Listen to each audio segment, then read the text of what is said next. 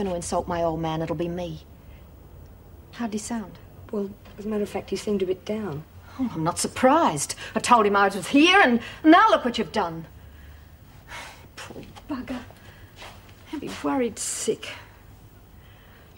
Oh, I've got to get home to him. And you? Fat lot of help you're going to be around this place. I thought you were supposed to be a trained social worker. You don't know nothing from nothing. Well, that's about par for the usual welcome I get around the place. I'm sorry, Maxine, you just caught me at a bad time. Yeah, well, it seems no time's the right time as far as any of my family are concerned. Mum was around here earlier, wondering where you were. G'day. Listen, Pauline, I've decided to give it one more go. So, I'd appreciate it if you and Roger would give me a bit of support. It's not easy trying to settle into that morgue, you know. It's all right for you, like you got a nice house and you're sweet with Mum. All I got is a record and the cops breathing down me neck. How would you like it? Oh, crikey. I'm real sorry. I didn't mean to slam into you the minute I walked into the house. I just wanted to have a chat with you before I had to face up to Mum again. It's all right, I just got something else in my mind. Listen, Maxie, I think I'll buzz off home and work on my bike for a while. You push off, Spud. Well, what is it? It's Roger. He's in terrible trouble. Taking into consideration the evidence given by the witnesses and the statements by Doctors Pullman and Huntley as to the mental condition of Mrs. Smith at the time of the murder, it would appear there is a possibility of emotional stress as a cause of the crime. However, I am not entirely convinced that emotional stress was the sole cause, as there appear to be many other factors involved. Therefore, the court has decided that there is a prima facie case for murder against the defendant Smith, and one for accessory prior to the murder against the defendant Birdsworth. Both the accused will be committed for trial in the Supreme Court on a date to be fixed.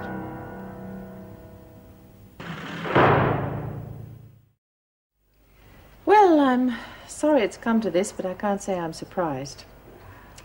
And under the circumstances, I don't think it'd be wise for you two to continue sharing a dormitory. So, Smith, you'll be moved to another cell. But Mrs. Reynolds, I've got a dicky heart and Bee's the only one who knows how to look after me if I get one of me attacks. Yes, Lizzie, I know about your heart. That's why Sister Kelly's here. Yeah, but Shall I Bee... take them back to the laundry, Governor? Yes, please.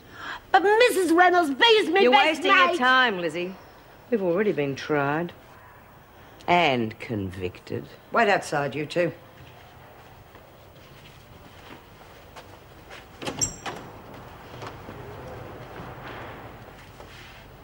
Governor, do you have a moment? Yes, of course.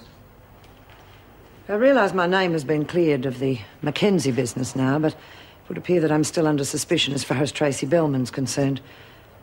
And I was wondering if perhaps you could have dinner with me tonight at my place, and we could have a private talk and perhaps clear the air. Thank you, Miss Ferguson, but I'm afraid I can't. Besides, there's very little anyone can do to prove it one way or the other, is there? No, I don't suppose there is. And so once again, the freak comes out of it smelling like a rose.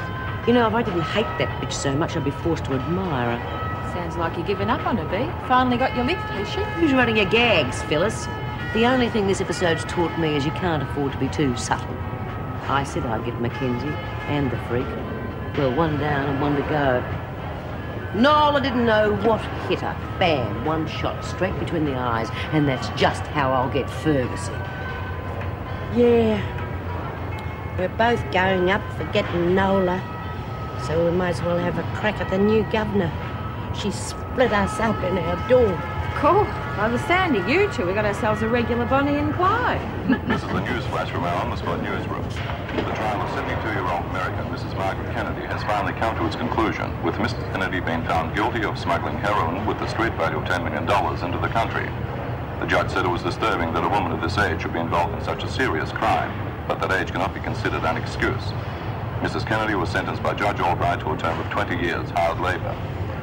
It is expected that Mrs. Kennedy, a visitor to the country, will appeal to the American consul for extradition back to the United States. And now it's back to the music. Oh, you've got to give him credit. International drug run at 72. She must have guts. Crap. She deserves all she gets. I don't know, Bea. I've been following the case. She reckons she didn't know it was heroin. She thought it was diamonds or something. Yeah, that's what they all say. Look, $10 million worth of heroin. There's a lot of suffering on the streets. I reckon they should inject the whole lot into her. Give her a taste of what it's like. On your soapbox again, Smith. Hunt Birdsworth, I need you for cleaning duties. Oh, terrific.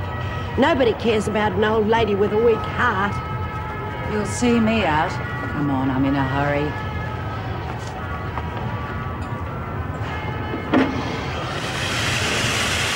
Yes, I see. And how's her general health? Is she a user or just a runner? Good. It just presents us with a different set of problems. Right, well, thank you for the call. Bye. Ah, Mrs. Powell, I was just going to send for you. Yes, about these. Sorry they're late, but I had to swing Hunt and Birdsworth over to cleaning duties. Well, no, it wasn't, but thanks just the same. No, I've just heard that we're going to receive a new inmate this afternoon, Margaret Kennedy. She's got 20 years for smuggling heroin. Yeah, the women have just been discussing the case. Following it on the radio. I thought they would have sent her to Barnhurst. Unfortunately not. I wish they had. I think she could present us with a few problems. So, what's new? Well, she's 72 for a start. Thank God her general health's okay, but starting prison life at that age could be a bit of a shock. Well, I'll put her in with Birdsworth. It may help her settle in faster. All right. But that's not the main problem. I'm more worried about how some of the other prisoners are going to treat her, seeing she's in on a drug charge. Smith. Well, yes. I haven't forgotten how she treated Denise Tyler when she came in here. I don't want anything like that happening again. Do you want her held in isolation for a while? Oh, no, I'd rather leave that as a last resort. No, just make sure everyone keeps an eye on her. And at the first hint of trouble, let me know. I'll do. G'day. Reckoned I'd find you here. Thought you said you was going to work on your bike. Yeah, well, I did. Then I found out I needed a couple of spare parts and I ain't got enough money to buy them, so decided to get boozed instead. Buy 'em, eh?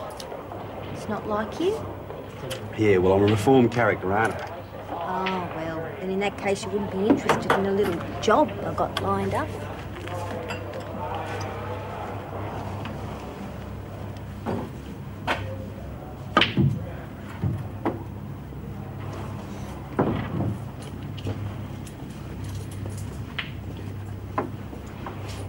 What's it worth?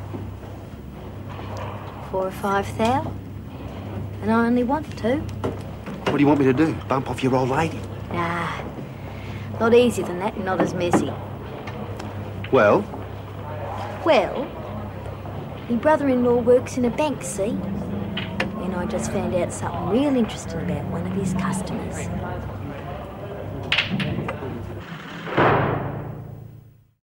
You reckon they'll send her in here? No, they'll probably send her to an old person's home or a funny farm. She can't be too well up here if she starts smuggling drugs at her age. Listen to you. You're no spring chicken, you know. But I'd never smuggle drugs. Why don't she stay in America? We've got enough crims of our own over here. Oh, she's not a real Yank. Apparently she was born in England, according to the radio. Well, she must have picked up all the bad habits in America. I'll tell you what, if they do send her in here, she better watch out for me. It was obvious how pleased you were to hand over the Tracy Bellman report to the Governor. I was working by the book. You, of all people, should appreciate that. If the boot had been on the other foot, you would have done exactly the same thing. Only much faster and louder. Yeah, well, I'm not going to argue about it. Good.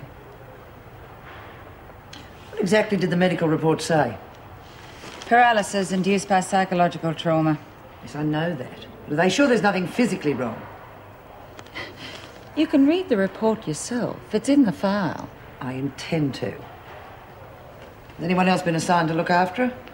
No, not yet. We haven't got anyone available at the moment.